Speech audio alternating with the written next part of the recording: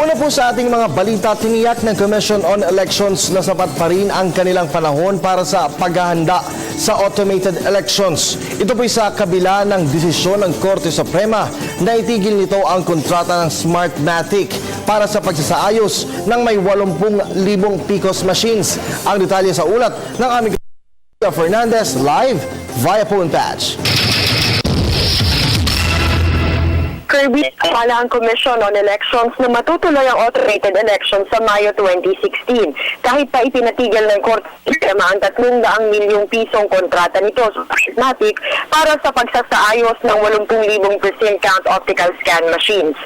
Ayon sa tagapagsalita ng COMELEC na si Director James Jimenez, bago pa mabasa ang desisyon ng Korte ay mayroon na silang mga nakalatag na alternatibo. Isa rito ang paggamit ng 23,000 central count optical scan machines na nagkakahalaga ng 2.5 bilyong piso kasalukuyang nasa post-qualification stage na ng bidding kung saan Smartmatic pa rin ang kumpanyang mapalad na nakapasa.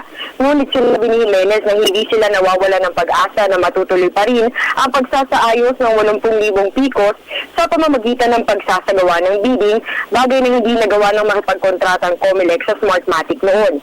Mas kakaunti raw kasi ang botanteng pipila sa isang makina kung gagamitin ng 80,000 PCOS kasama ang inaasahang karagdagan 23,000 bagong makina. Yan ay sa bawat isang makina ay 800 botante ang makagagamit. Kumpara sa isa sa 3,000 botante kung ang 23,000 lamang ang gagamitin.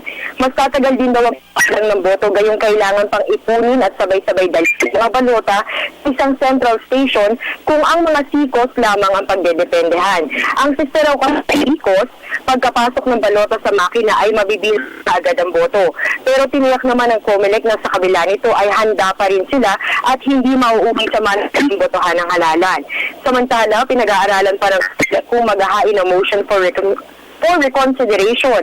Kailangan daw kasing makatanggap muna sila ng kopya ng desisyon ng Korte Suprema bago gumawa ng aksyon.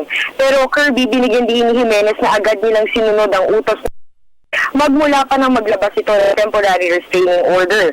Sa pinakahuling datos ng COMELEC, higit 100,000 presinto sa bansa at inaasahan nila na pagdating ng 2016 ay may 54 milyong rehistradong botanteng Pilipino. Yan ang pinakamainit na balita mula sa COMELEC para sa Telebisyon Bayan, Ria Fernandez.